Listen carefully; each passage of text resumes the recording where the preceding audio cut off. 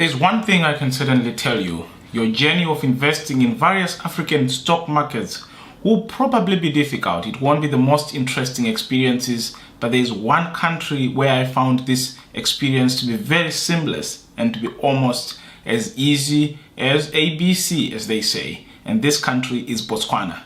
The Botswana Stock Exchange is one of the most responsive stock exchanges in terms of the response rate from stockbrokers that I actually got while going through the process of trying to open accounts on the African continent. We're going to talk about the Botswana Stock Exchange today, and of course, many of you have been trying to figure out how can you get into this hidden small gem in Southern Africa. It's an amazing country, and of course, as I always do in these account opening videos, I'll start with the overview of why Botswana. Why was I attracted to the country? Why do I think someone watching this might be able to say, you know what, I really want to stop everything that I'm doing and go and figure out on myself this miracle, the great miracle in Southern Africa that's called Botswana. So start with why Botswana. Of course, regular observers of Africa would know that Botswana is one of the most resilient democracies on the African continent. It's actually a very interesting country that since independence has had very, very regular elections and has had leaders,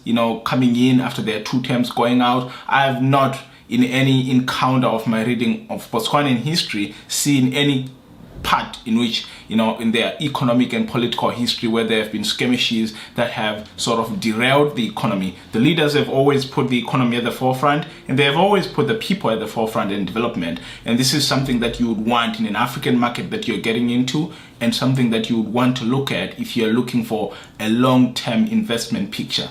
Of course, on top of being a stable democracy, you also realize that this country is very special in the fact that the biggest chunk of the country is actually covered in a desert. But the leaders of this country have made everything they have work. There's only one thing that they have found in abundance after the borders were drawn to what is now present-day Botswana: abundance of diamonds. An abundance of diamonds, but in a desert, is not something that we would find in other African countries as a good thing, because usually what happens is political leaders would simply take up all these diamonds, put them in their pockets, and leave the rest of the population to perish. Fence the diamonds off and put the military around, and then you can have the richest politician in the land. But this is not what has happened in Botswana. In Botswana, what has actually happened is that there's been a prudent use of these resources, and the economy, every other company that you will find listed on the Botswana Stock Exchange is sort of built on this robust economy that they have built, with diamonds at the base, of course, but with everything else coming in, services, tourism that has also been brought in, because Botswana has some land that's very good for animals to live in, and they have some deltas and all these other national parks which they have, and that has actually been very good for the economy. This economy has resilient companies. The companies have consistently paid out dividends. The companies have consistently grown. And of course, between its sort of stable relation with South Africa, the companies have also found a market in Africa's second or third biggest economy, depending on who you ask and what rankings you're looking at. It seems like South Africa keeps slipping down in a while. But then, of course, the second reason why I would say why Botswana here is that the policy consistency, which I've been talking about in the first part of this video, makes for a very good and positive macroeconomic outlook. You will see that when you have a country like that, where the democracy has been very stable, where the companies can plan, the currency has not had fluctuations going up and down in the past years or even in the past decades, what is good about this is that there is a policy consistency, and that the macroeconomic outlook has been very positive. And even all the big institutions like the World Bank and the African Development Bank, they predict that this economy is on a stable path to grow. And this is something that you will find if you invest in this economy. Your investments will also have a stable and predictable path towards growth. If what I've said so far has convinced you that you really need to take a look at this market, then let's get right into it. How do you invest on the Botswana Stock Exchange? How do you start? As I always say, and as a video will pop up somewhere there, one thing you have to realize in every market that you have to invest is that you need to understand the market. You need to research and understand the market. If this is your first time ever hearing about the Botswana Stock Exchange, then definitely you have a little bit of learning to do on your own. I'm not going to spoon feed you everything, because of course all you guys are very intelligent people who are looking to find ways to make their money sustainable and to build generational wealth that will be good for your descendants and their descendants. So definitely you want to start by reading and researching this market. You'll find a video, as I said, that has popped up, and this video will give you sort of how I find my sources of information on African stock exchanges and how I go about the process of understanding a market if it's a new market that I have not been in. And so once you have read and once you have understood, you have a basic understanding of the economy, you have a basic understanding of the stock market, the liquidity, the counters that are available and everything else, then definitely you want to go to the Botswana Stock Exchange website and look at the brokers they have. By my count, Botswana is actually interesting. They only have 4 stockbrokers, which means that your choices, this is not like one of those economies like Nigeria, which I think Nigeria is like 128 or 300 brokers that are there, and I'm still really crushing my head to figure out how to get a right broker in Nigeria. But coming back to Botswana, Botswana only has 4 stockbrokers. 4 stockbrokers, which means that, in right about 4 minutes, you can email all of them.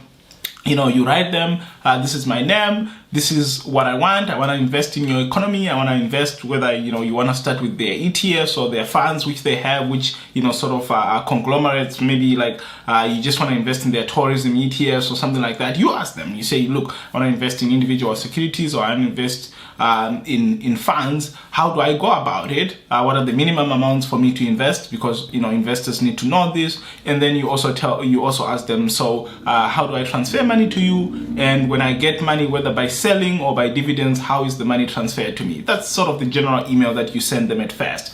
Post that out to the 4 brokers, and hopefully, like me, you will get a 100% response rate. I actually did get a 100% response rate. 4 of the brokers responded to me. And then how did I narrow down my list of the brokers? Of course, you start looking at what they have to offer.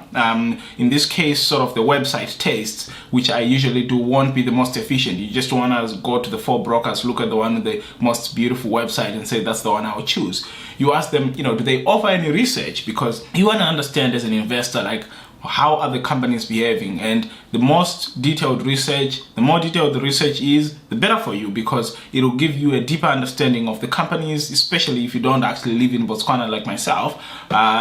So you want to understand the economy, you want to understand the companies. So definitely you want to consider the research that they give. You ask them for their past research and you assess the brokers based on this. You also want to ask, depending on, how risky of an investor you are, you might want a broker controlled account.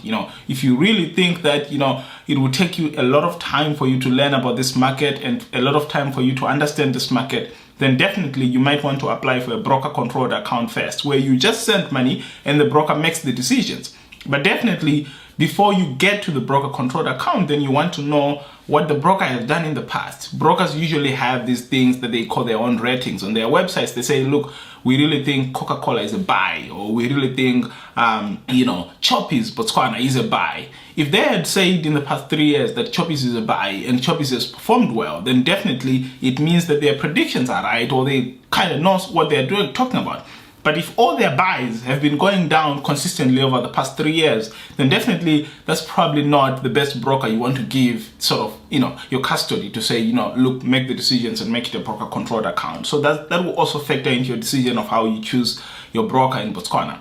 And then of course the other thing will be, do they require you to open a local bank account for your dividends and for selling? The reason why I actually usually touch on this point is that it's very important. Brokerage accounts are actually relatively easy to open compared to bank accounts. Bank accounts are much more difficult. If you really think that the process of opening a broker account is a pain, then wait until you get to a country where they will tell you that no, you can only invest if you open a local bank account. Local bank accounts have so much know your client information they need. There are tax issues. There's so many other issues that are involved when you open a local bank account in a different country which you have never visited, and some of them cannot even allow you. They would want you to visit the country and present yourself physically for you to open a local bank account. So you might want to really consider this point when you open your brokerage account to say, are they going to ask you to open a local bank account or not?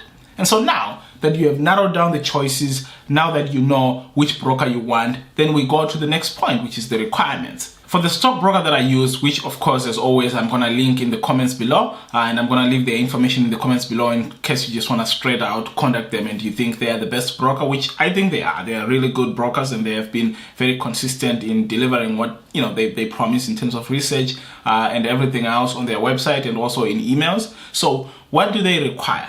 So the broker that I use requires 3 things for you to open an account. It's very easy, it's very seamless, it's very simple. The first thing, of course, is a proof of residence. They want to know where you stay. This is part of know your client. You want to know whether this person is real, with this entity is real, if you're going to invest as a company, as a corporate body, and not really as a person. Where do you live? A water bill would do, a utility bill would do. That just says, this is it, this is Maro of Africa, this is his address, and everything else. So that checks out. After you have the proof of residence, then you complete the account opening form, which is actually quite short. It's about 3 pages. You're done with the account opening form. And then, of course, on top of that, you need a notarized valid ID, which if you're not a citizen of Botswana, this has to be your passport that you just take to whoever does, notarizing of documents or commissioner of oaths in different countries. It depends how they call these people. And they stamp it and say, look, this is a true copy of the original. You scan it and then you put it. And then, of course, you need to show your proof of income, because, as part of know your client, they need to know whether you're not laundering money, whether you're not just stealing money as, a politician somewhere else and you're just directing this money onto the Botswana Stock Exchange in order for you to clean it up and then use it up in the future. So these are the requirements that they have. Going to the minimum number of shares. Are there a minimum number of shares for you to invest on the Botswana Stock Exchange? The answer is yes. And the minimum amount of shares that my broker uses is 100 per share. So every time you buy, you need to your order needs to at least have at least 100 shares in the stocks that you're buying.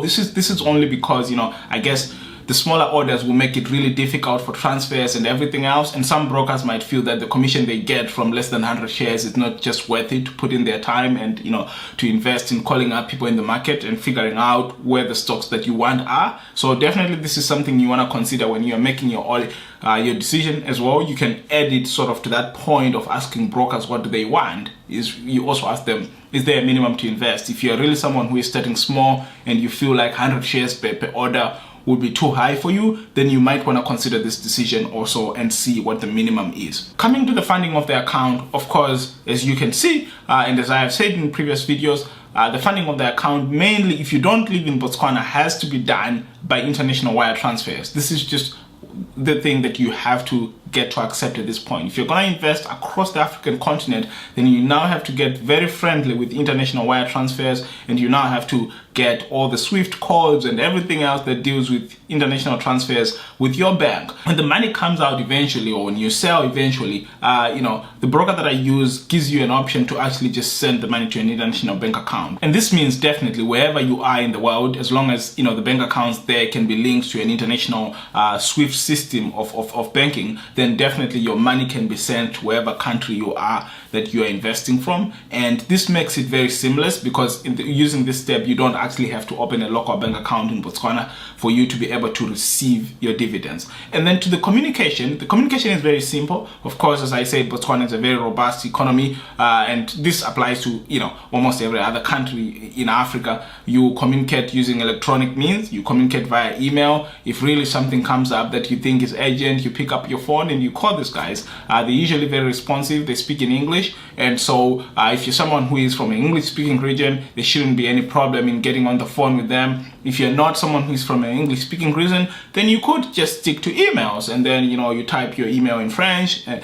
gets translated, I don't know, by Google Translate or anything, and then you paste it in there, they respond to you in English, you go and translate it, you communicate. So now that you guys have had what I've had to go through, and of course the thrilling experience that I've had in sort of opening my account to invest in the Botswana Stock Exchange, I would like to know your experiences in the comments below. Are you someone who is currently investing in Botswana? Are you someone who is looking to invest in Botswana? Or are you someone who was just interested about Botswana and definitely you were not convinced by this video? Just let me know, of course, your feelings in the comments below, and I can see whether there is something that we can do to convince you that investing on African stock markets is definitely the most important and going to be one of the most rewarding decisions that you can take in your life. We're going to be covering a lot of other countries, of course, as we go through this year, because this year as another video of mine has stated, we have a goal of investing in 10 African stock markets because we have to diversify. We cannot afford to take